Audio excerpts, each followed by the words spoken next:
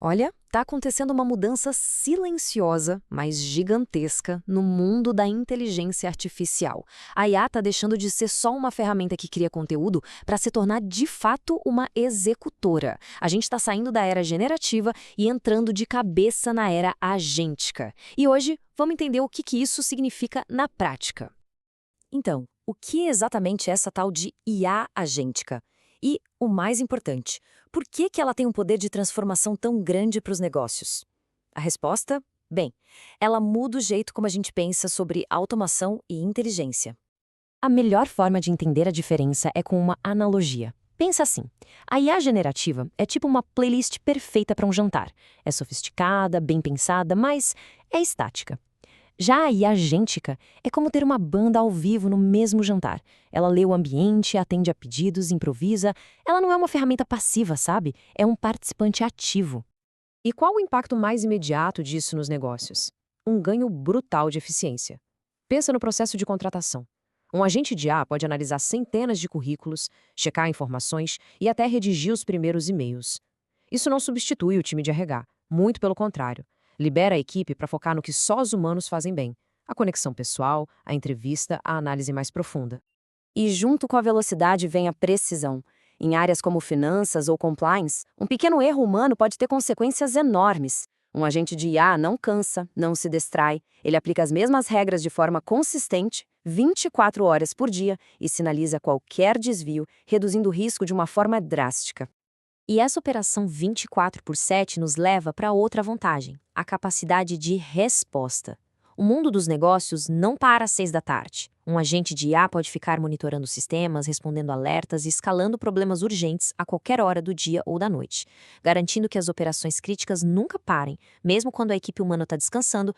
Certo, tudo isso é muito legal na teoria, mas como é que isso funciona na prática? Vamos abrir a caixa de ferramentas da automação e conhecer as plataformas que estão conectando os softwares para dar vida a esses agentes. Para muita gente, a porta de entrada para esse mundo é o Zapper. É uma plataforma que a gente chama de no-code, ou seja, sem código, que funciona com uma lógica muito simples. Se acontecer algo nesse aplicativo, então faça aquilo naquele outro. É um jeito incrivelmente acessível de começar a automatizar tarefas do dia a dia. Imagina uma loja de roupas online. Quando o estoque de uma blusa chega no nível mínimo, um ZEP, que é como eles chamam as automações, pode automaticamente fazer um novo pedido para o fornecedor, atualizar o painel de inventário e ainda notificar a equipe de logística. Tudo acontece nos bastidores, sem nenhuma intervenção humana. Mas, e quando a automação precisa de um pouco mais de inteligência? Bom, aí a gente entra no NN. Pensa nele como o próximo nível. É uma ferramenta de código aberto que permite criar fluxos de trabalho com lógica condicional, sabe? É como um fluxograma que pensa e se executa sozinho. Pensa num cenário de alto risco, tipo uma enchente. Um fluxo de trabalho no NNIAN pode ficar monitorando o nível de um rio. Se esse nível atinge um ponto crítico, o sistema pode, em questão de segundos, alertar os serviços de emergência, disparar SMS para os moradores da área de risco e notificar as autoridades. É uma resposta coordenada e instantânea que pode literalmente salvar vidas. Agora, a gente chega no nível mais avançado, o LangChain. Aqui, a gente não está falando mais só de executar tarefas, mas de pensar. É um framework para desenvolvedores criarem agentes que conseguem raciocinar, usar a memória e planejar ações complexas em várias etapas. Imagina o seguinte: uma nova regulamentação financeira é publicada na sexta-feira à tarde. Um agente construído com o LangChain poderia ler o documento inteiro, comparar com as políticas internas da empresa, identificar todos os pontos de risco ou de não conformidade e já preparar um resumo completo para a equipe de compliance na segunda de manhã. É a IA tomando a iniciativa em tarefas de realmente complexas. Bom, já vimos as ferramentas práticas do presente. Agora vamos olhar um pouco para o futuro. Um futuro inspirador, onde a IA não vai apenas seguir instruções, mas também entender contexto e até emoção. Uma das grandes barreiras hoje é que a IA entende o que fazer, mas não consegue, digamos, apertar os botões dos aplicativos sozinha.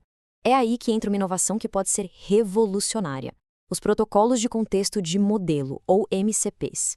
Com eles, a IA não vai mais só descrever como um software funciona, ela vai operar o software.